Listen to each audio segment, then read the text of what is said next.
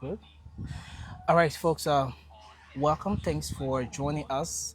This is Spoon TV. I'm Nelson Colette, and we're here today in Harper, Maryland County, and of course, we thought to do an exclusive interview with the president of the Tubman University here in Harper City, Maryland County, Dr. Olu Menjay, following the 11th commencement convocation of the Tubman University here in Harper, Maryland County. Um, Good evening, good afternoon, Dr. Menjay. Welcome to Spoon Nelson, TV, thank sir. you so much. I'm glad that you are here in Maryland County and specifically in the President's Quarter of the Tubman University. Well, Dr. Menjay is a good one. I think the first exclusive interview we're having now on Spoon TV. First of all, how are you? I am doing very well, especially having conducted my function as the president of the university by graduating 343 students in various disciplines today. 343 students in various disciplines. We're going to come to that aspect because that's the meat of the whole interview here today. We're going to end up there. But how does it feel? Former head of principal of the Rakes Institute, uh, and of course, former vice president of the Liberia Council of Churches, and having served in many high-profile, capacities now in Harper, Maryland County. How does it feel leaving town, coming to Harper, to answer to the call of national duty? Well, service has no border. When you serve to provide opportunities for people. I think those opportunities in the past prepared me to be here to render service to young Liberians and to train future minds of this country. And so I am delighted to be here at the university and serving in such a capacity with good administrative staff, with faculty, as well as a board of trustees that continue to support the work here at Tubman University. And also, we are grateful to the government of Liberia for their consistent support because Tubman University is a public university that needs a lot of support, and we are so grateful for all of the stakeholders that are involved in promoting the university. Wow. Now, I want us to come to what you inherited here at Tubman University. How was it like when you got here, when you took assignment here at the institution? What did you It inherit? was a place of turmoil. There was a lot of agitations going on, and through listening to the stakeholders Okay. and making sure that our students are prioritized, I think things have calmed down.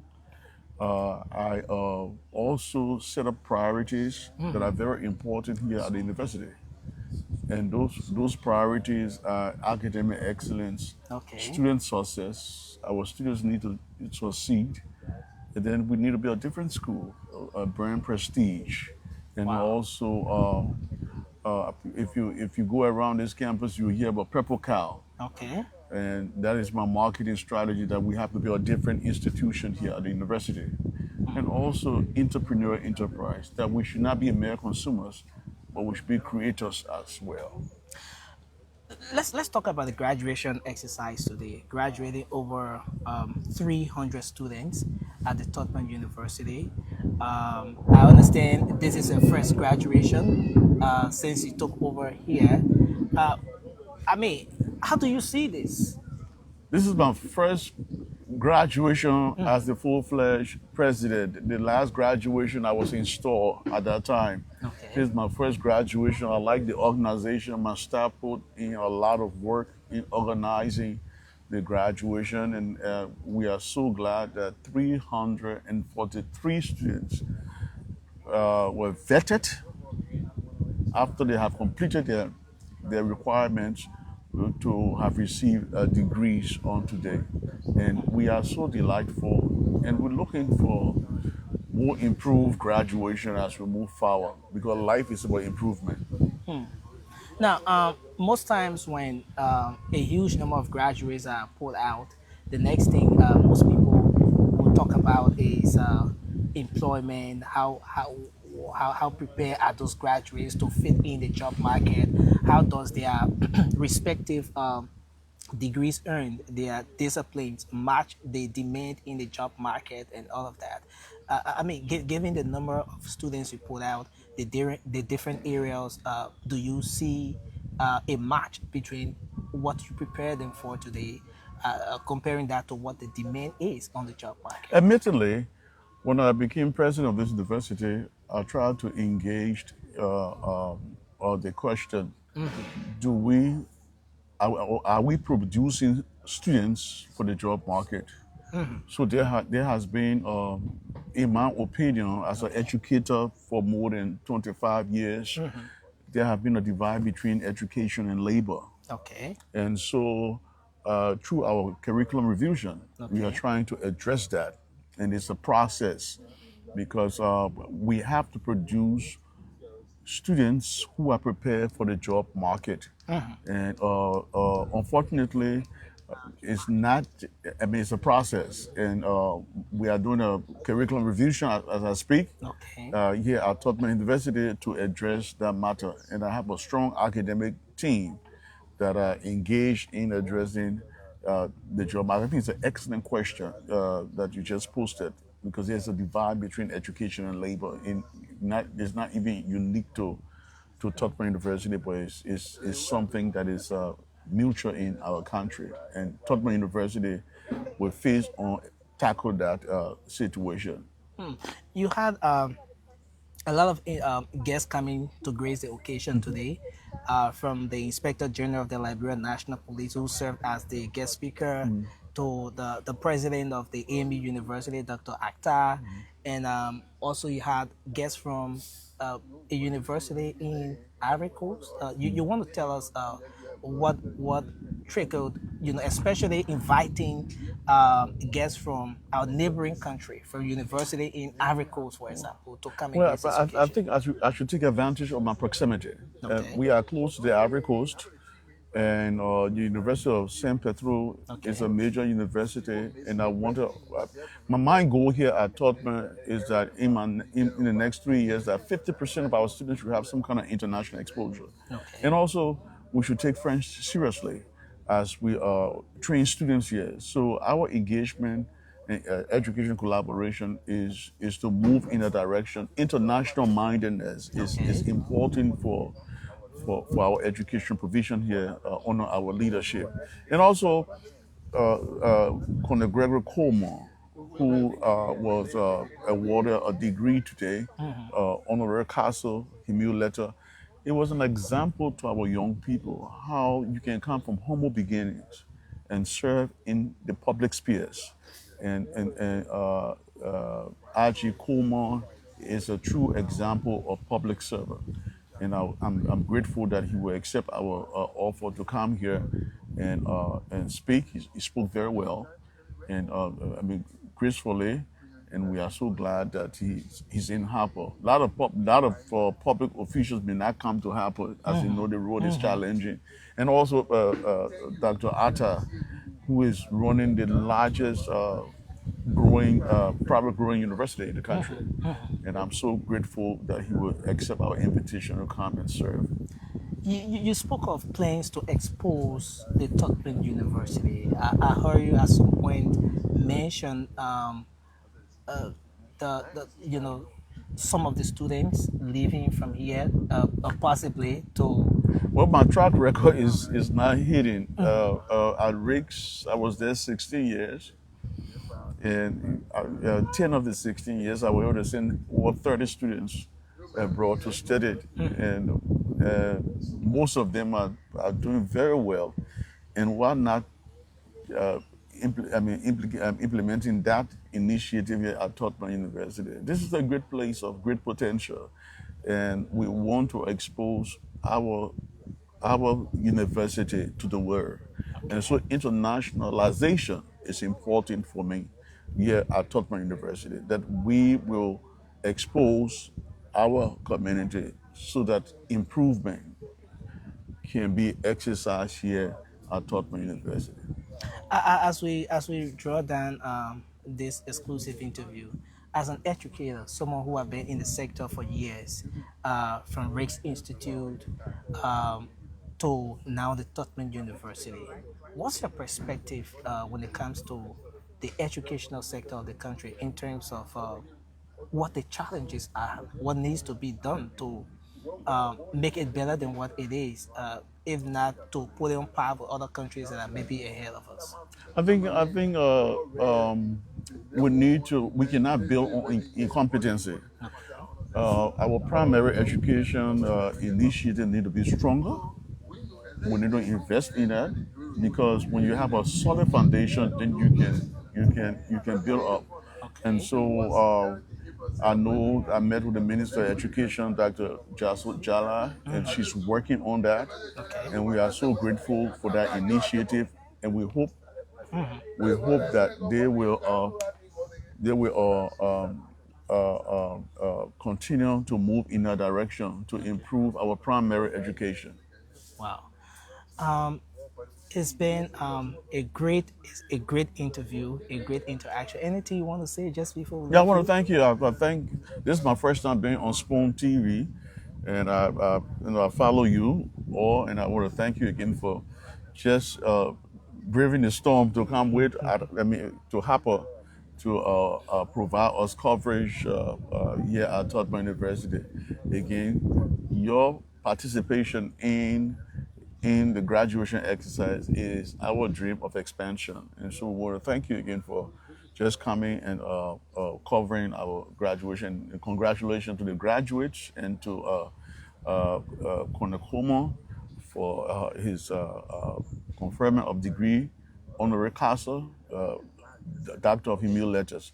We are very proud of him and his whole idea of community policing is important, and his it's just his humble heart is something that we need to expose to Liberia.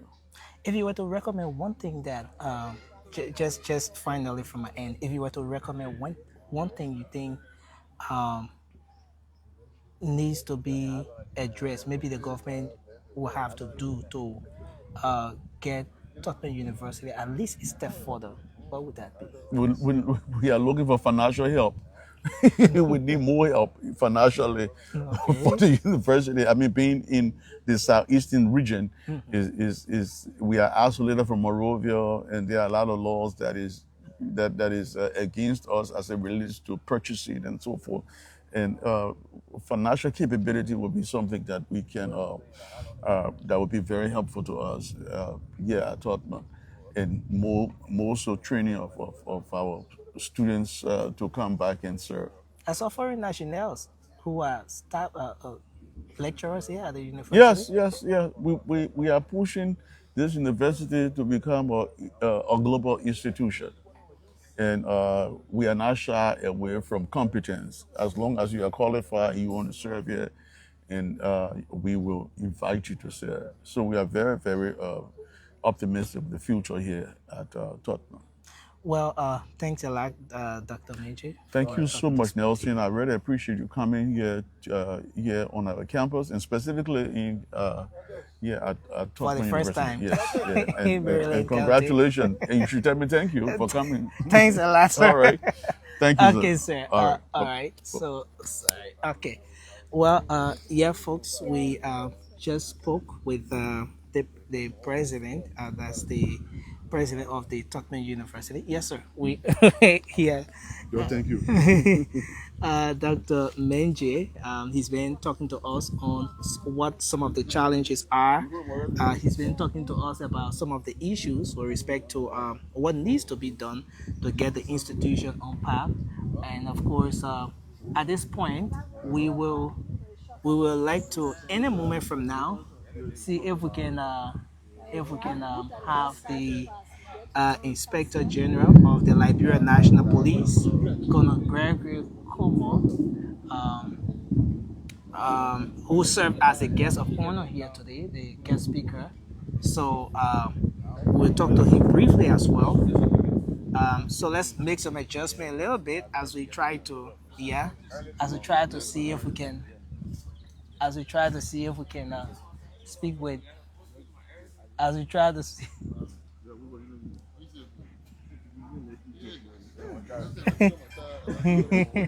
as we try to see if we can speak to the Inspector General of the Liberia National Police, Colemon. All right. So and speak to him on some, yes, exactly. So so let's hope we can do this briefly, and then we'll be able to come back. Thanks for joining Spoon TV. All of you watching the program right now, we appreciate the fact that you can come on to join us in this special interview.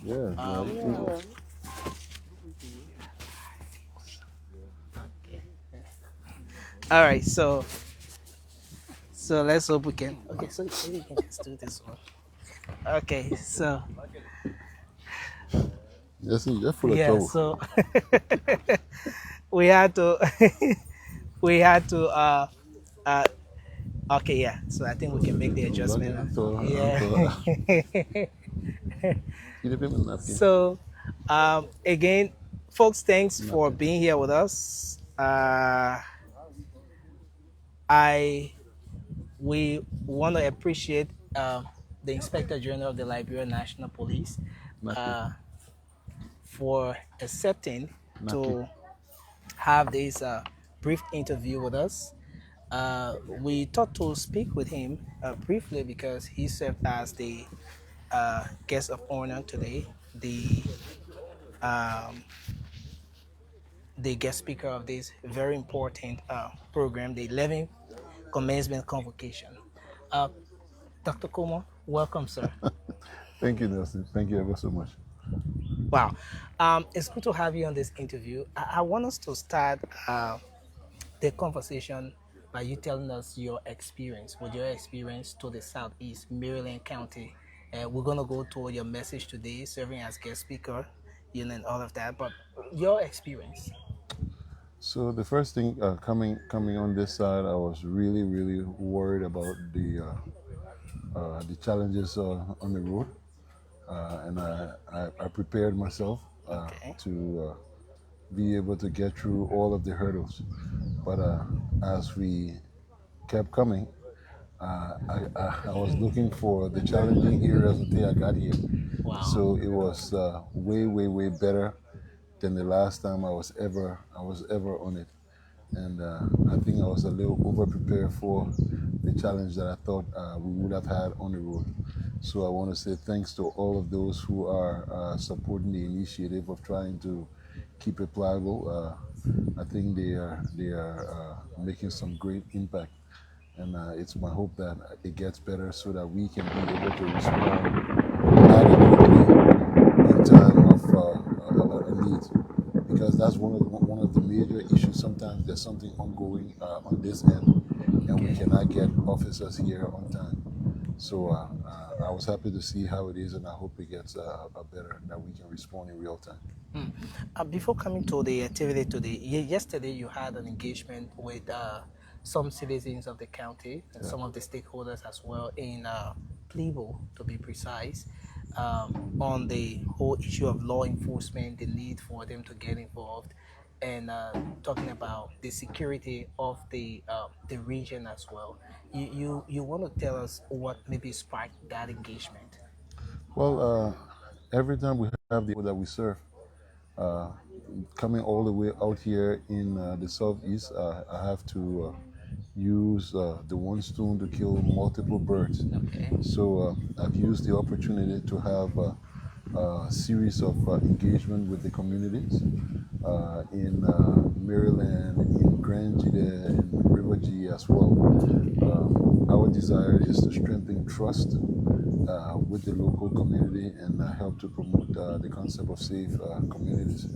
And in so doing, you can never achieve that without the support of the public, or the police being accountable, with all, including their voices, and addressing some of the major issues that they are concerned with. If you listen carefully yesterday in Plibo, one of the issues that they brought up was the issue of livelihood as it relates to the presence of the concessionaire out there. So we are going to work closely with the Bureau of Concessions and come back here within a month to have a community-oriented policing meeting to protect the investment and also see how the Bureau of Concession can work with the local communities in us trying to fulfill some of the points in the concession agreement, so as to strengthen the relationship between the concessionaires and the citizens and protect their investment so that people can have more opportunities out here. Um, I've really come to appreciate the opportunity that was given me under the last regime to serve at the Bureau of Concessions. I Okay. think it was a great eye opener for me. It gave me great exposure and understanding of some of the root causes of the issues that we deal with on a daily basis. I mean, I'm very, very grateful for that experience, and I will leverage it to the best of my ability to help to improve the safety and security of the state. Hmm. Now, talking about um, the relationship between the concessionaires, the concessionaires, and that of the residents of the county, and also considering some of the the happenings in the past, some of what we've seen with residents and concessionaires going head on, where most times there will be riot cases leading to devastation of properties, lives getting lost in the process, and all Mhm. of that. Uh, do you do you have any plan of maybe I know the engagement was yesterday, but beyond that, are there plans to curtail the possibility of such thing, especially in Maryland? Well, I mean, it's one of the biggest security threat around the country. So it's not just a Maryland thing. Okay. It's about addressing the issues of alternative sustainable livelihood in land concession areas. Okay. Wherever there's affected communities, there's a need for us to engage proactively. Because the thing is, you may say, oh, it's not police responsibility, but guess who takes all the fall when things go wrong? It's definitely the police. Hmm. So, as a means of being proactive, and we have to engage the community to correct some of these things so Okay. that it doesn't trigger down on us to give us the problems in dealing with it. So the first thing, I mean, we have to keep our intervention specific to where we are. Okay. Like in the case of Harper, we need to understand what are the issues here. If I did understand them well, people are complaining that they even though they were compensated for their crop, Okay. uh, yet and still they do not have land to continue planting. And so we have to work with the concessionaires, see what programs we can put in place to address alternative sustainable livelihood issues. We want to connect human security to our community-oriented policing. So I think these are perfect areas for us to start the engagement. But most importantly, to connect with different agencies of government. Okay. Everywhere we work, if it's in the agriculture sector, bring agriculture on board. If it's in the concession area, we would just take the lead to get everybody to come along and that we can all do together what we need to do to keep our people safe and keep them happy. Um, Concluding on this aspect of the engagement with citizens, what do you think the specific role of citizens should be when it comes to ensuring security? Most times citizens will think is primarily the responsibility of the law enforcers and all of that, but I mean, is there a point at which the citizens will have to get involved? So the police is from the people, for the people. The greatest responsibility of security that lies within oneself. So if something fell on your eye immediately, instinctively you will blink immediately Yeah. to provide some protection before even reaching your hand to touch it. Uh, there's absolutely no way that security can succeed outside of the inclusivity of the people that they serve. The criminals don't come from anywhere else; they're within the community. The only way that you can ensure that they are kept safe is unless you get them involved. Sometimes they're the only ones who know those who are not working, but are just always showing off with a lot of stuff that they should not be able to rightfully afford. And it's the same community that will tell you that will give you information to be able to correct some of those things. I just use that as an example. But with everything else there is, if the community is not a part, then I mean, how can you succeed? You're providing a service. They should appreciate the service. So you can understand whether you are making an impact or not. So it's the greatest level of importance and commitment from the community that make any security intervention to succeed. Letter Council and honorary doctorate was conferred on you today. What's your impression about that? Well, I'm still trying to breathe it in, but I am grateful to the university, the faculty, the staff, the board of trustees, uh, and this is just a representation for the collective effort of all of the people who I've worked with. Whatever service delivered that I'm being spotted for today did not happen just because Gregory Coleman showed up. It's the collective effort of each and every one that I've worked with over the years that we've been able to navigate this journey together. I'm just the figure here receiving it for what a lot of people have contributed towards. I want to say thanks to them for the recognition.